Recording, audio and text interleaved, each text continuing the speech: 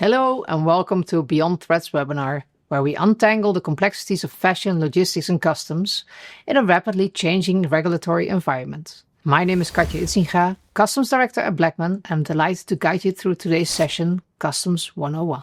In the next few slides, I'll explain when you encounter customs and the parties involved. Next, I will talk about customs procedures, followed by some details on the customs declaration. I will conclude with some consideration on fashion and lifestyle. With any customs transaction, there are multiple stakeholders involved. Of course, the national customs authorities and the entity importing or exporting the goods. Any participant in the supply chain, such as a manufacturer or a transport company, may also hold valuable information for your customs declaration. If you do not have an in-house customs team, a customs broker may be engaged to file your declaration on your behalf. In short, customs comes into play with any cross-border transaction. I will detail some specifics in the next slide. Interaction with customs typically takes place prior to arrival of the goods, when you file a declaration, and during audits. Audits can take place both when you file the declaration, but also retrospectively, and can be focused on the physical inspection of the goods, but also on documentation or information provided by you or by your customs broker. When moving goods across a border, goods will be placed on so-called customs supervision until they have been imported or exported. When under customs supervision, the following procedures can be distinguished: import, export, procedures around transportation, also referred to as transit, and here specifically I have indicated a T1, which relates to movement of goods that have not yet been imported. As an example, goods arriving in Rotterdam and moving them to a destination in Germany. The T2 relates to goods that are in transit between two EU locations via the territory of a non-EU country, such as moving goods from the Netherlands to Italy via the territory of Switzerland. Lastly, I mentioned processing. This relates to temporarily bringing goods into a country for manufacturing, followed by the re-export. Considerations to be made here are whether duties are due at import and what the final destination of your products is. When dealing with customs, a declaration is required.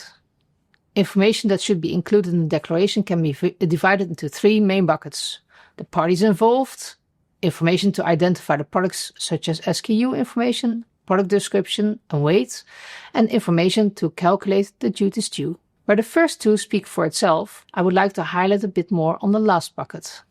The value of the goods should always be an actual value.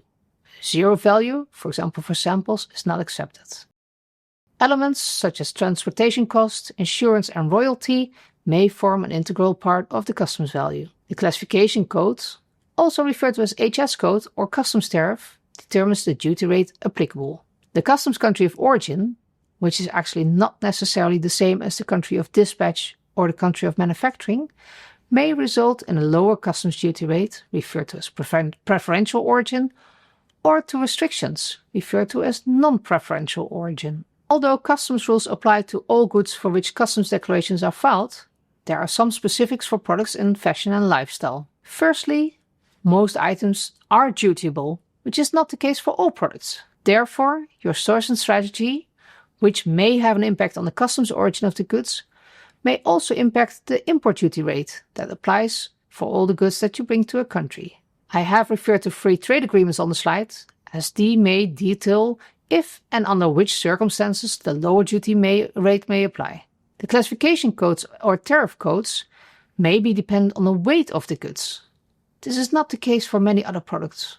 Having the correct weight in your master data is therefore crucial to have. In fashion and lifestyle, we also see a high return rate of products, higher than for other products.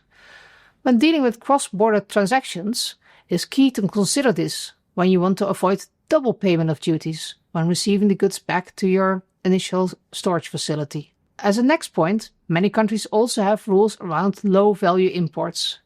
These shipments may be excluded from duty payment and is referred to as the de minimis rule. As a last point, I would like to refer you to stock keeping. This is not necessarily a customs consideration, but the decision to keep your stock local or central may impact the choice for the type of customs procedure and whether you would like to import products or store them in a bonded warehouse. With this, I would like to conclude this webinar. I would like to thank you for your attention. My name is Katja Idsinga, and I'll see you in the next Beyond Threats webinar.